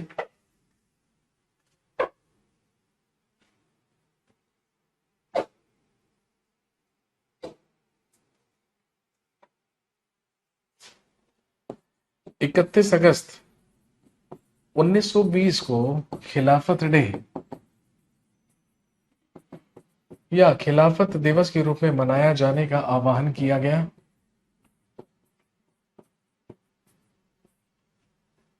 इकतीस अगस्त 1920 को मनाया गया खिलाफत डे या खिलाफत दिवस।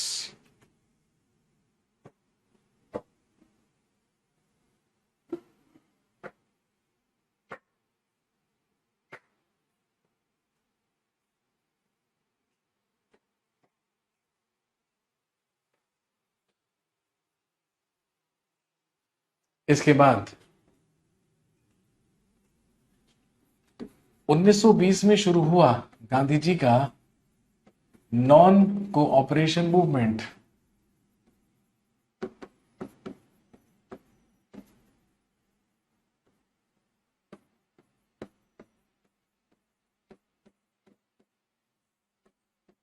गांधी जी का असहयोग आंदोलन।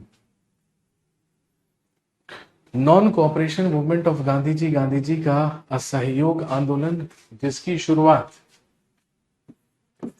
1 अगस्त 1920 से हुई। 1 अगस्त 1920 से गांधी जी का असहयोग आंदोलन शुरू हुआ। और ध्यान रखेंगे 1 वर्ष में स्वराज का नारा इस आंदोलन के दौरान ही गांधी जी के द्वारा दिया गया। गांधी जी ने कहा कि अगर हम अंग्रेजों का सहयोग करना बंद कर दें, अगर हम ब्रिटिश सरकार और ब्रिटिश वस्तुओं का असहयोग करें, तो अंग्रेज 1 साल के अंदर हमें स्वशासन दे देंगे, हमें स्वराज दे देंगे। 1 अगस्त 1920 को जब गांधी जी का असहयोग आंदोलन शुरू हुआ था, उसी दिन बाल गंगाधर तिलक की भी मृत्यु हुई। और ध्यान रखेंगे, इसी आंदोलन के दौरान गांधी जी ने कैसरे हिंद की उपाधि, गांधी जी ने कैसरे हिंद की उपाधि वापस लौटाई।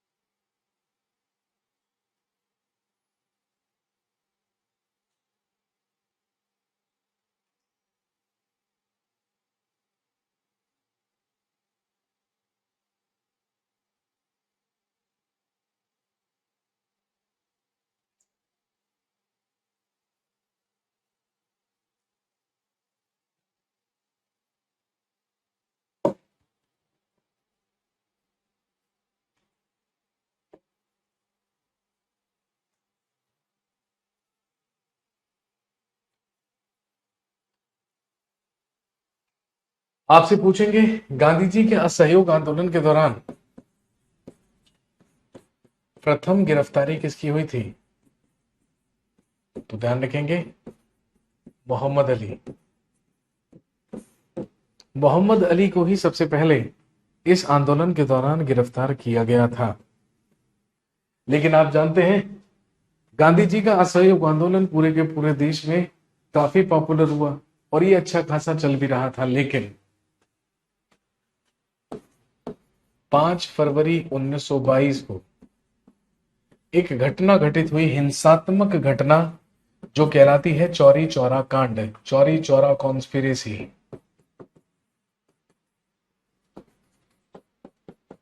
और इसी चौरी चौरा कांड के ही तहत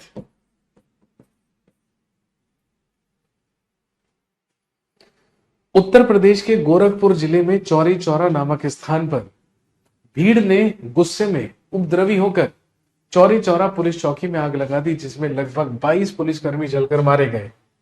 गांधी जी हिंसा का किसी भी तरीके से समर्थन नहीं करते थे, इसीलिए जब कांग्रेस कार्यकारिणी की बैठक गुजरात के बारदोली में हुई, तो वहीं पर इसी हिंसा से दुखी होकर गांधी जी ने 12 फरवरी 1922 को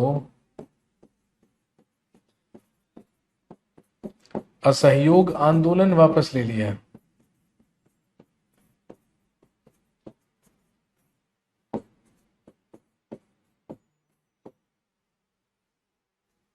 12 फरवरी 1922 को गांधी जी के द्वारा असहयोग आंदोलन वापस ले लिया गया।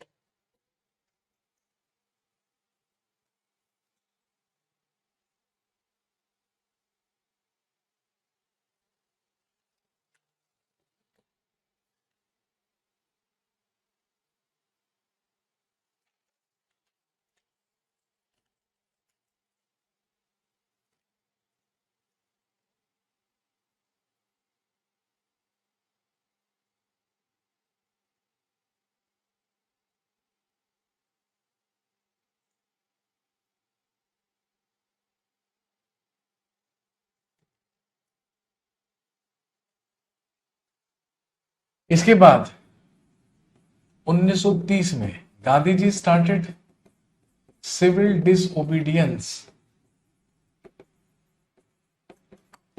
मूवमेंट। गांधी जी के द्वारा शुरू किया गया सविनय अवज्ञा आंदोलन।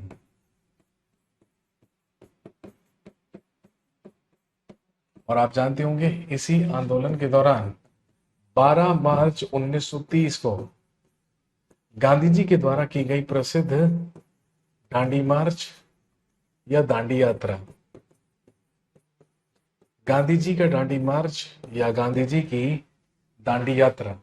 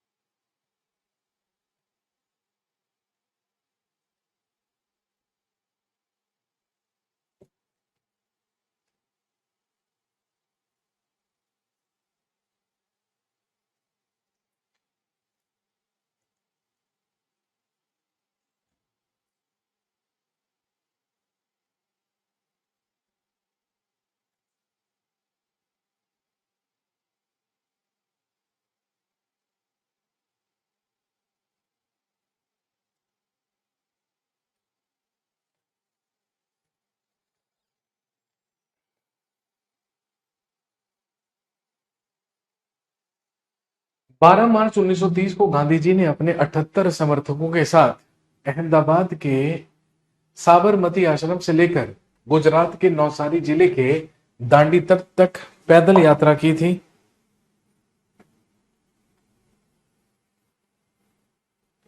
जिसमें लगभग 390 किलोमीटर की दूरी गांधी जी ने अपने समर्थकों के साथ पैदल तय की थी।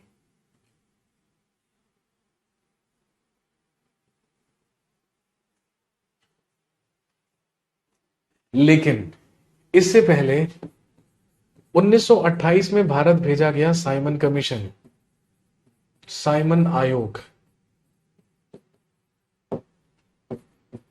भारतीय प्रशासन की समीक्षा करने के लिए, उसे रिव्यू करने के लिए साइमन आयोग भारत भेजा गया था, जिसमें कुल 7 मेंबर्स थे। लेकिन हमारी मांग थी कि इसमें एक कम से कम भारतीय सदस्य भी होना चाहिए।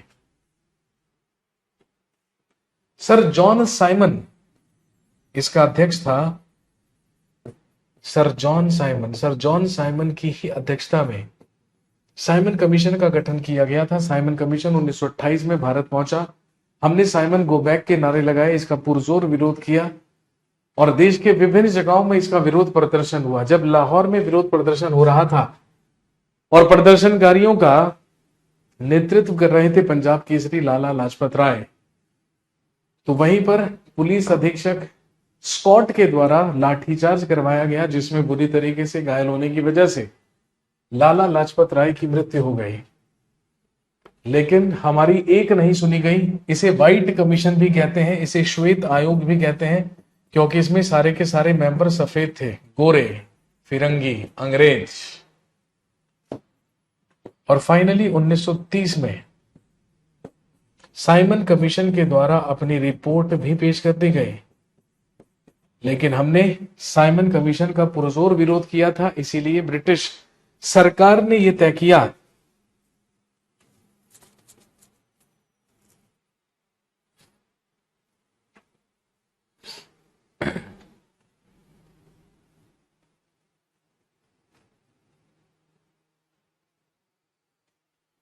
ब्रिटिश सरकार ने यह तय किया कि हम साइमन कमीशन की रिपोर्ट पर चर्चा करने के लिए लंदन में ही गोलमेज सम्मेलनों का आयोजन करवाएंगे जिसमें भारतीय राजनीतिक प्रतिनिधियों को बुलाकर उन्हीं के सामने हम साइमन कमीशन की रिपोर्ट पर चर्चा कर लेंगे, ताकि ये इंश्योर किया जा सके कि साइमन कमीशन ने अपनी रिपोर्ट बनाने में कोई भी पारदर्शिता या ट्रांसपेरेंसी का उल्लंघन नहीं किया है।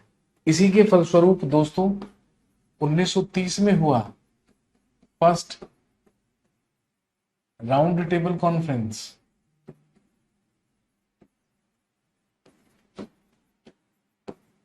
प्रथम गोल मेज सम्मेलन लिखेंगे, बट दैट वाज प्रोटेस्टेड या but that was बायकॉटेड by the Congress. लेकिन कांग्रेस के द्वारा इसका पूर्ण रूप से बहिष्कार किया गया। प्रथम गोल मेज सम्मेलन जिसका आयोजन लंदन में करवाया गया था।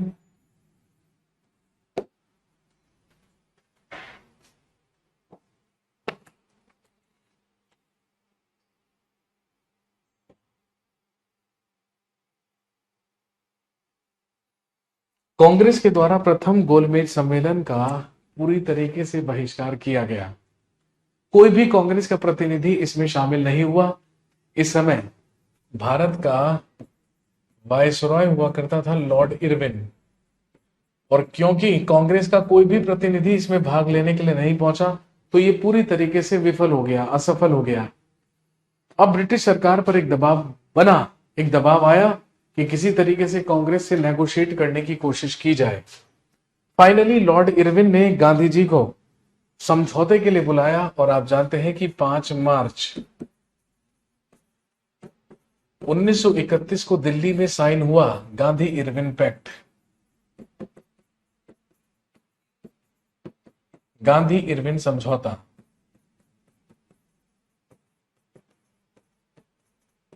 गांधी इरविन पैक्ट या गांधी इरविन समझौता, जो समझौता भारत के वायसराय लॉर्ड इरविन और महात्मा गांधी के बीच हुआ। और इसी गांधी इरविन पैक्ट में तय किया गया, कुछ समझौते हुए गांधी जी और लॉर्ड इरविन के बीच में। इसे दिल्ली समझौता भी कहते हैं, इसे दिल्ली पैक्ट भी कहा जाता है। इसे दिल्ली पैक्ट या इसे दिल्ली समझौता भी कहा जाता है।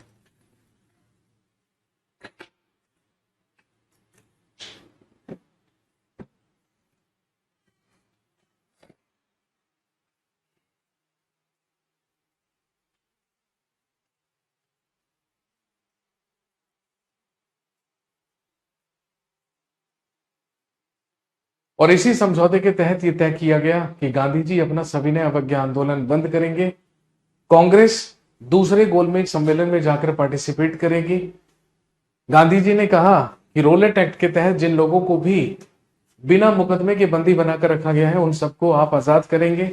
नमक कानून आप वापस लेंगे, और शराब एवं नशीले पदार्थों की बिक्रियों के या दुकानों के आगे विरोध प्रदर्शन करने की अनुमति हमें दी जाएगी। लेकिन देश के युवाओं को बड़ा आहत पहुंचा इस बात का कि गांधी जी ने लॉर्ड इरविन से भगत सिंह, राजगुरु और सुखदेव की फांसी माफ नहीं करवाई, या फांसी माफ करने के लिए नहीं कहा।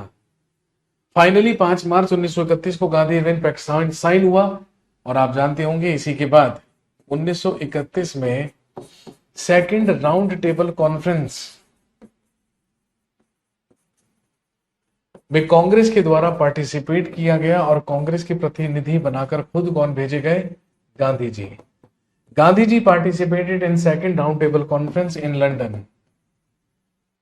इस समय भारत का वायसरॉय इरविन नहीं बल्कि लॉर्ड वेलिंगटन था।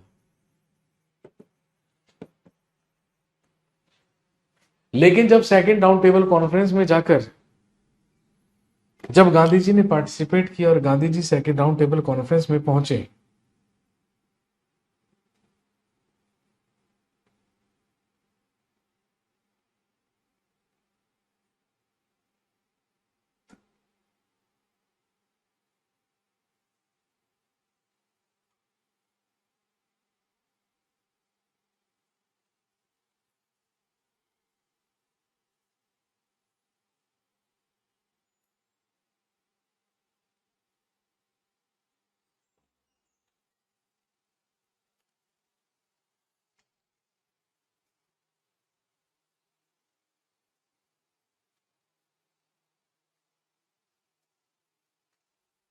सेकंड राउंड टेबल कॉन्फ्रेंस का भी कोई नतीजा नहीं निकला, क्योंकि यहां पर तो केवल और केवल कॉम्युनल रिप्रेजेंटेशन की बात हो रही थी। यहां पर तो केवल सामुदायिक प्रतिनिधित्व की बात हो रही थी। डॉक्टर बी आर अम्बेडकर अछूतों के लिए मतदान के विशेषाधिकार और पृथक निर्वाचन मंडल मांग रहे थे। उधर मुसलमान, सिख, ईसाई अपने अपने लिए पृथक निर्वाचन मंडल मांग रहे थे। गांधी जी मौलिक अधिकारों की मांग करने के लिए गए थे, लेकिन गांधी जी को वहां से खाली हाथ और निराश होकर ही वापस लौटना पड़ा। 1931 में ही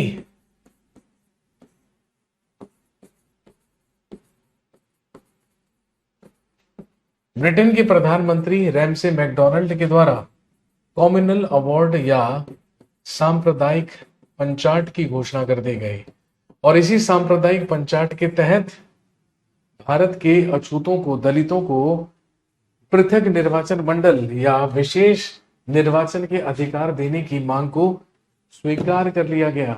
इसी बात से दुखी हुए, नाराज हुए गांधी जी, और गांधी जी 1932 में, आप जानते हैं भाई, गांधी जी ने फिर से भारत वापस लौटकर सविनय अवज्ञा आंदोलन शुरू कर दिया। तो गांधी जी को गिरफ्तार करके यरबदा जेल में भेज दिया गया। सॉरी, यरबदा जेल में भेज दिया गया।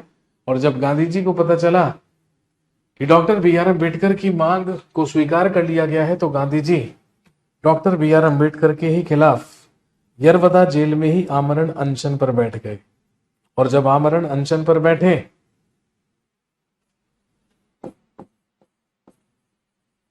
तो गांधी और अंबेडकर के बीच में ही एक समझौता हुआ जो कहलाता है पूना समझौता, जो कहलाता है पूना पैक्ट,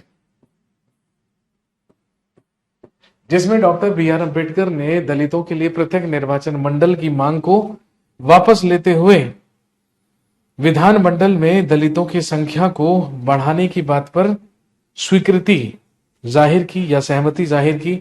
और ध्यान रखेंगे, दलितों की संख्या विधानमंडल में 71 से बढ़ाकर 148 कर दी गई। और इसके बाद 1932 में ही हुआ थर्ड राउंड टेबल कॉन्फ्रेंस।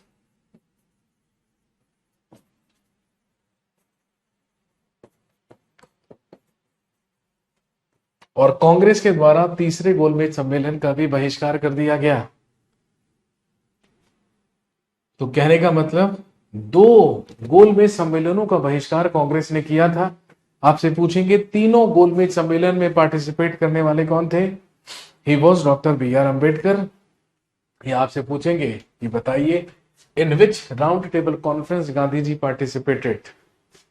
किस गोलमेज सम्मेलन में गांधी जी के द्वारा भाग लिया गया था? That was second round table conference, वो था दूसरा गोलमेज सम्मेलन।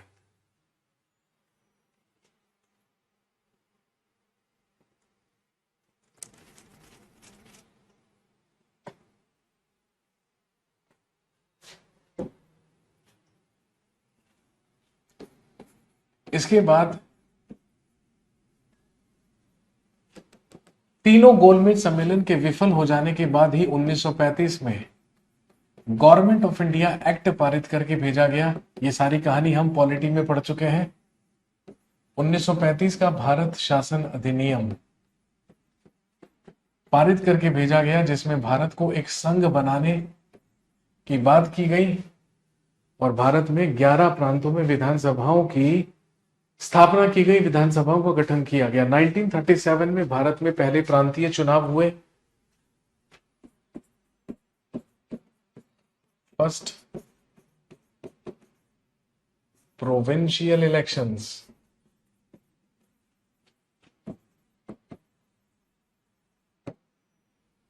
इसके बाद 1940 में आया अगस्त ऑफर या अगस्त प्रस्ताव।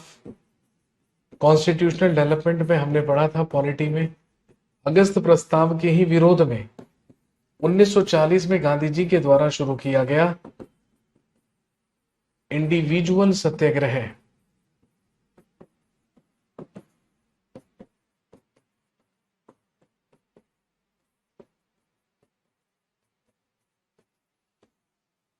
इंडिविजुअल सत्याग्रह या व्यक्तिगत सत्याग्रह।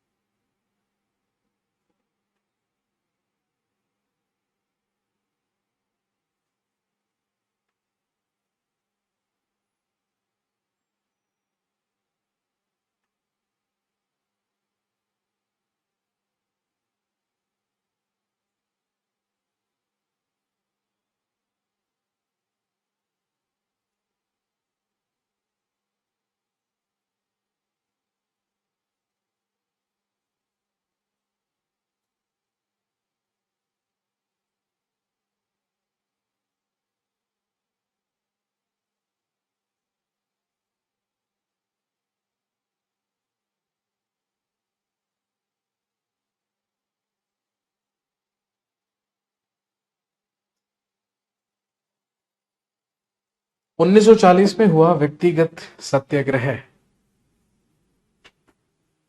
गांधी जी के द्वारा महाराष्ट्र के पवनार से व्यक्तिगत सत्याग्रह की शुरुआत की गई थी। और ध्यान रखेंगे, व्यक्तिगत सत्याग्रह करने वाले सबसे पहले व्यक्ति थे आचार्य विनोबा भावे और दूसरे सत्याग्रही पंडित जवाहरलाल नेहरू। इसके बाद 1942 में भेजा गया क्रिप्स मिशन।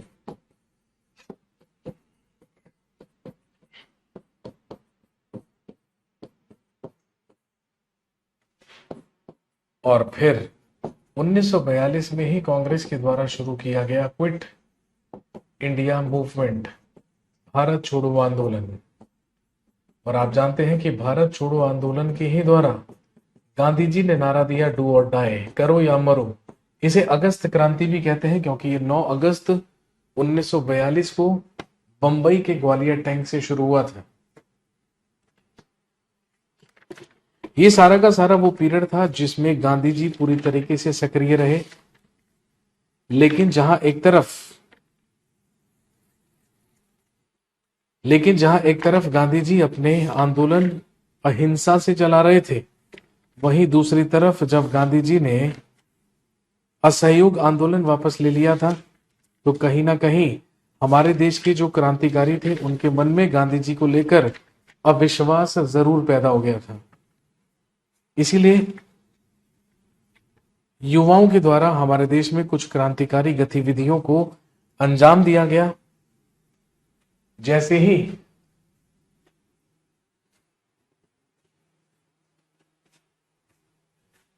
हेडिंग डाल लीजिए, रिवॉल्यूशनरी एक्टिविटीज।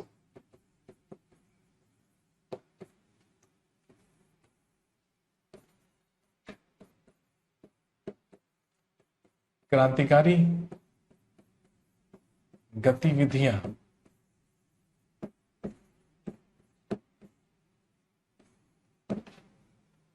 रिवॉल्यूशनरी एक्टिविटीज या क्रांतिकारी गतिविधियां।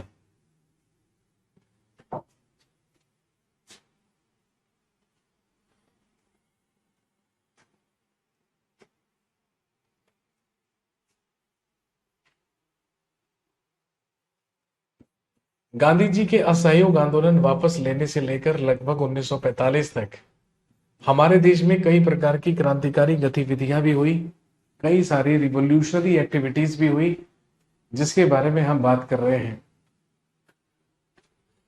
सबसे पहले याद रखेंगे 1924 में स्थापना हुई HRA, जो कहलाती है हिंदुस्तान रिपब्लिकन एसोसिएशन।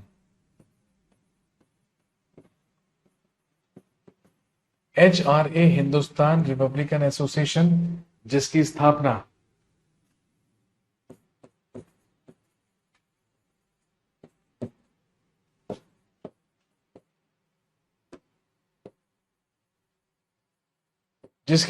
सचिंद्र सान्याल के द्वारा की गई थी। जिसकी स्थापना सचिंद्र सान्याल के द्वारा की गई।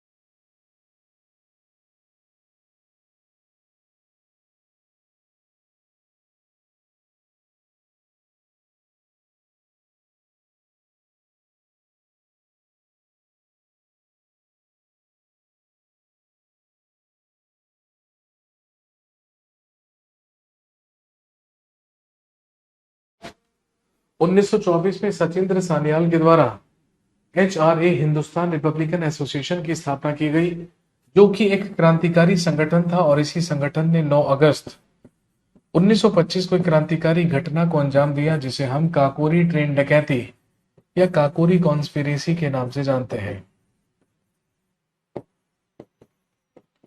उत्तर प्रदेश के सहारनपुर से लखनऊ जा रही ट्रेन को लखनऊ से पहले काकोरी स्टेशन पर लूटने का काम हमारे क्रांतिकारियों के द्वारा किया गया था।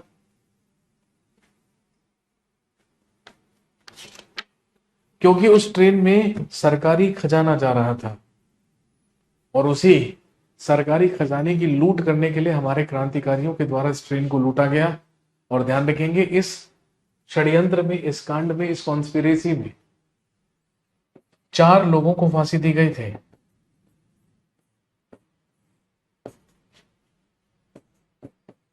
राम प्रसाद बिस्मिल,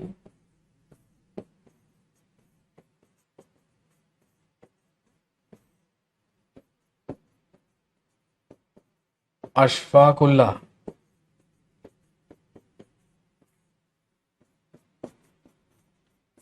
राजेंद्र लहिड़ी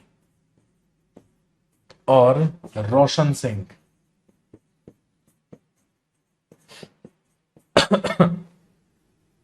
काकोरी कांड के बाद एचआरए पूरी तरीके से बिखर गया। और ध्यान रखेंगे, एचआरए को रीएस्टैब्लिश करने का काम चंद्रशेखर आजाद के द्वारा किया गया 1928 में, जब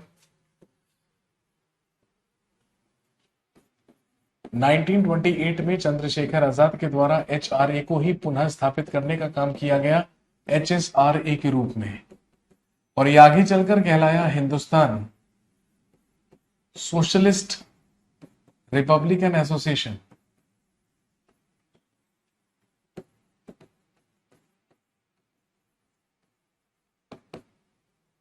इसकी स्थापना दिल्ली के फिरोजा कोटला में हुई and the founder of HSRA was Chandrashekhar आजाद।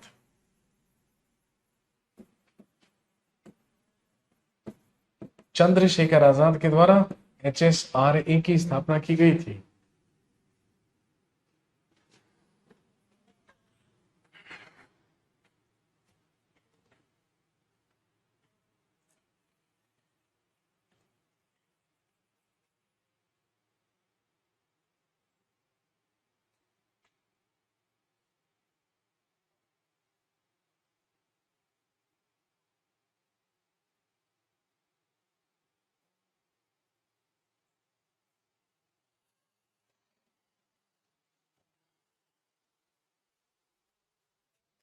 आपसे पूछेंगे एचएसआरए में सोशलिस्ट शब्द किसके द्वारा जोड़ा गया था, तो ध्यान रखेंगे सरदार भगत सिंह के द्वारा। सरदार भगत सिंह के कहने पर ही चंद्रशेखर आजाद के द्वारा एचआरए में सोशलिस्ट शब्द या समाजवादी शब्द को जोड़ा गया था।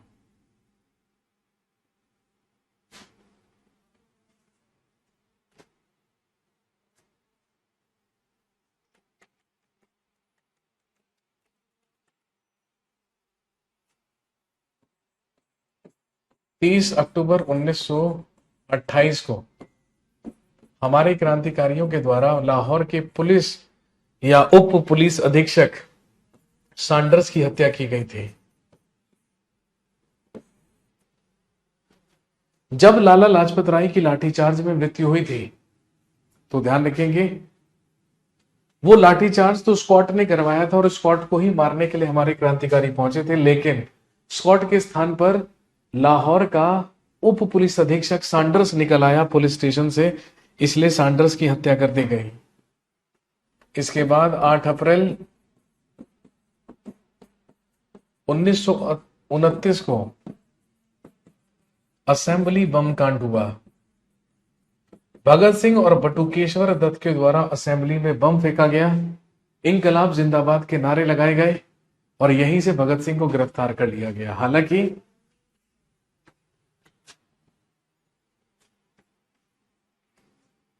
सैंडर्स की हत्या करके सारे के सारे जो क्रांतिकारी थे वो बच निकले थे, लेकिन दोबारा से लाहौर षड्यंत्र केस भगत सिंह पर चलाया गया और लाहौर कॉन्स्पिरेसी केस के तहत भगत सिंह और राजगुरु और सुखदेव को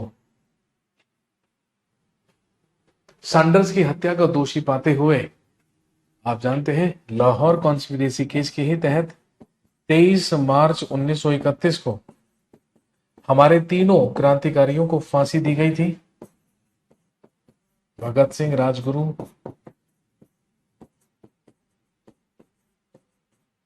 और सुखदेव।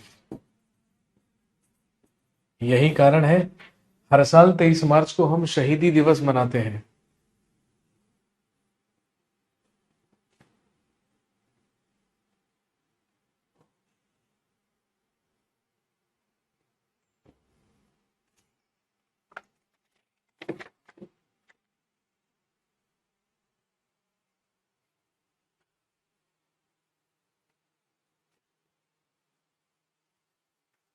फाइनली 1946 में कैबिनेट मिशन योजना लाकर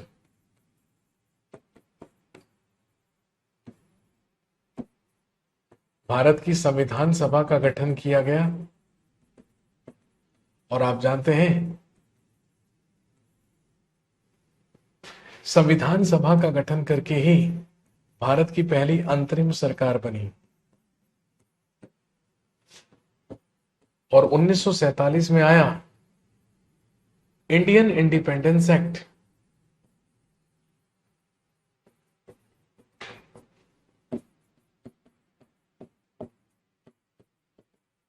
भारतीय स्वतंत्रता अधिनियम।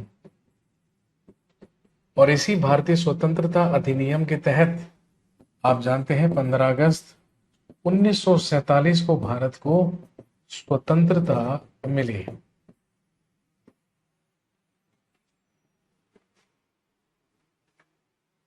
और फाइनली इंडियन नेशनल मूवमेंट समाप्त हो गया जब हमें आजादी प्राप्त हुई। चलिए जी, तो दोस्तों आप लोगों का अब हिस्ट्री का सिलेबस भी क्या हो जाता है, यहां पर समाप्त हो जाता है। तो आपका हिस्ट्री का सिलेबस यहां पर समाप्त होता है। प्रिय मित्रों, दोस्तों,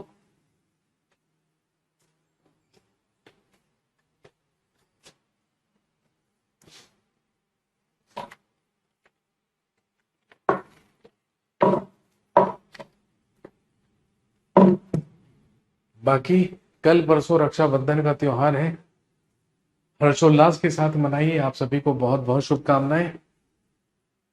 बाकी अगले महीने जीएस स्पेशल के बैच में फिर से मुलाकात होगी। फिर से लेकर आ रहे हैं सितंबर में जीएस स्पेशल, एसएससी की जीएस। बाकी देखते हैं आता है या नहीं आता है, लेकिन जीएस स्पेशल जरूर आएगा।